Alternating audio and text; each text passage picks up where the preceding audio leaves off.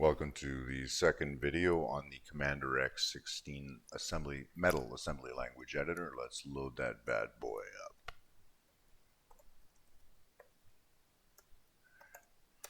Now the first difference between this video and the previous video is that the version number has changed. It was 650 something, now it's 664. I found an edge case bug and I fixed it and then thought I'd add another function, and that of course introduced more bugs.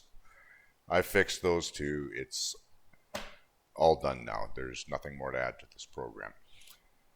Okay, so I wanted to go a little bit more into navigation around the program and a couple of the other functions. So the main navigation function is go to. Of course, you can go to an address or you can go to a label. I'm going to go to an address here. And I'm also going to go to a label. Let's go to character out.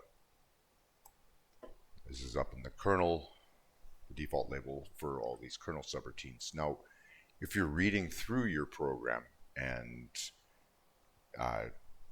go-toing back and forth all over your program, after a while, it gets hard to remember where you came from. So this is the new function that I just added, back. Anytime the address at the top of the screen changes due to the action of a function, not a cursor move, but something like go to or back, it records that address, and then every time you type back, it brings you back. Okay, so there is another way to get around in memory. If we go to a 000, we can switch between banks by typing bank. Let's go bank 54, and back also works with bank. Another way of getting around in memory is with list, and what this does is lists all of the default labels and user labels in alphabetical order so that you can go down to one of them, like CMA number, for instance, and press F1 through F5, and it'll take you there in that mode. And back also works with list. I touched on meta last time a little bit. There is space for 125 files to have metadata files associated with them, besides the default and editor files.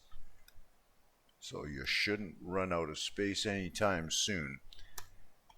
If we load up the editor file and our metadata file, and now we list, okay, there's about 900 labels in use here.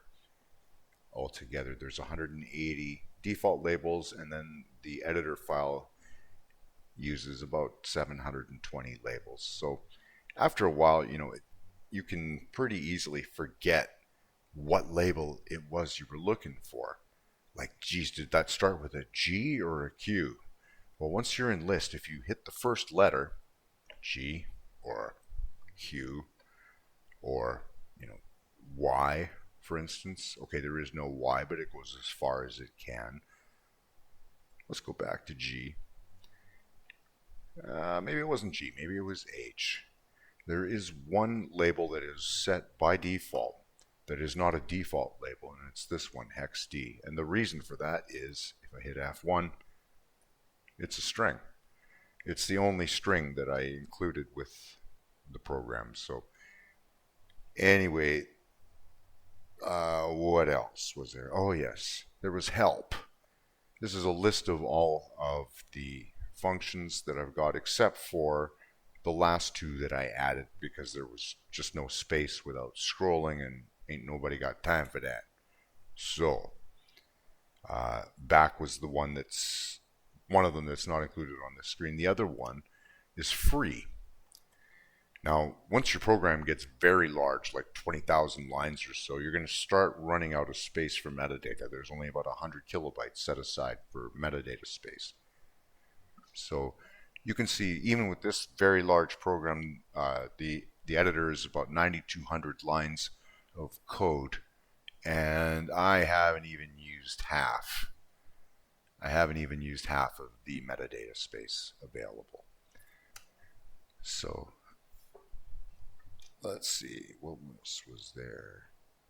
I think that was all I wanted to cover in this video. There's more to cover yet, but I'm going to save that for another video. So have fun.